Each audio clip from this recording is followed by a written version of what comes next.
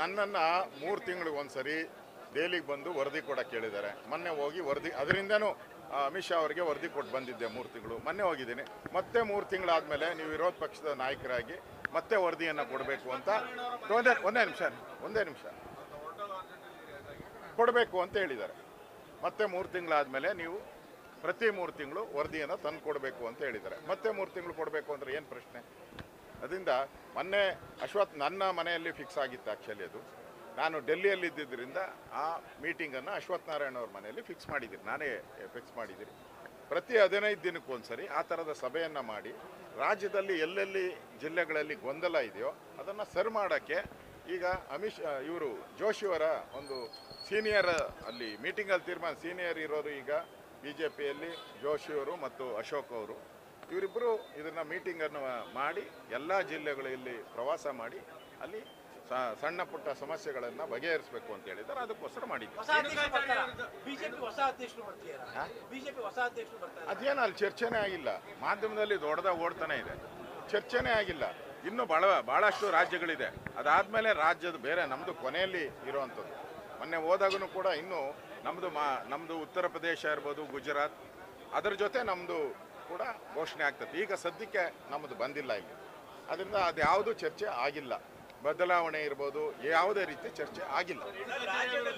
ನನ್ನನ್ನು 3 ತಿಂಗಳಿಗೆ ಒಂದ್ಸರಿ ದೆಹಲಿಗೆ ಬಂದು ವರದಿ ಕೊಡಕ್ಕೆ ಹೇಳಿದ್ದಾರೆ. ಮೊನ್ನೆ ಹೋಗಿ ವರದಿ ಅದರಿಂದನೂ ಅಮಿತ್ ಶಾ ಅವರಿಗೆ ವರದಿ ಕೊಟ್ಟು ಬಂದಿದ್ದೆ 3 ತಿಂಗಳು. ಮೊನ್ನೆ ಹೋಗಿದ್ದೀನಿ.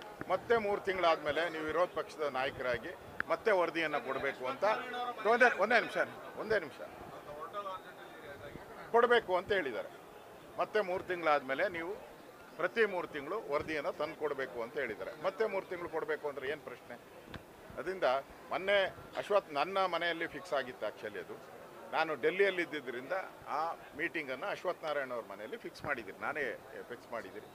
ಪ್ರತಿ 15 ದಿನಕ್ಕೊಂದ್ಸರಿ ಆ ಥರದ ಸಭೆಯನ್ನು ಮಾಡಿ ರಾಜ್ಯದಲ್ಲಿ ಎಲ್ಲೆಲ್ಲಿ ಜಿಲ್ಲೆಗಳಲ್ಲಿ ಗೊಂದಲ ಇದೆಯೋ ಅದನ್ನು ಸರಿ ಮಾಡೋಕ್ಕೆ ಈಗ ಇವರು ಜೋಶಿಯವರ ಒಂದು ಸೀನಿಯರ್ ಅಲ್ಲಿ ಮೀಟಿಂಗಲ್ಲಿ ಸೀನಿಯರ್ ಇರೋರು ಈಗ BJPಯಲ್ಲಿ ಜೋಶಿಯವರು ಮತ್ತು ಅಶೋಕ್ ಅವರು ಇವರಿಬ್ಬರು ಇದನ್ನು ಮೀಟಿಂಗನ್ನು ಮಾಡಿ ಎಲ್ಲ ಜಿಲ್ಲೆಗಳಲ್ಲಿ ಪ್ರವಾಸ ಮಾಡಿ ಅಲ್ಲಿ ಸಣ್ಣ ಪುಟ್ಟ ಸಮಸ್ಯೆಗಳನ್ನು ಬಗೆಹರಿಸಬೇಕು ಅಂತ ಹೇಳಿದ್ದಾರೆ. ಅದಕ್ಕೋಸ್ಕರ ಮಾಡಿದ್ದೀವಿ.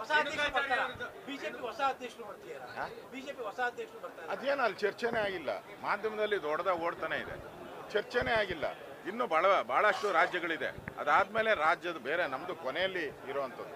ಮೊನ್ನೆ ಹೋದಾಗೂ ಕೂಡ ಇನ್ನೂ ನಮ್ಮದು ಉತ್ತರ ಪ್ರದೇಶ ಇರ್ಬೋದು, ಗುಜರಾತ್, ಅದರ ಜೊತೆ ನಮ್ಮದು ಕೂಡ ಘೋಷಣೆ ಆಗ್ತದೆ. ಈಗ ಸದ್ಯಕ್ಕೆ ನಮ್ಮದು ಬಂದಿಲ್ಲ ಇಲ್ಲಿ. ಅದರಿಂದ ಅದು ಯಾವುದೂ ಚರ್ಚೆ ಆಗಿಲ್ಲ. ಬದಲಾವಣೆ ಇರ್ಬೋದು, ಯಾವುದೇ ರೀತಿ ಚರ್ಚೆ ಆಗಿಲ್ಲ.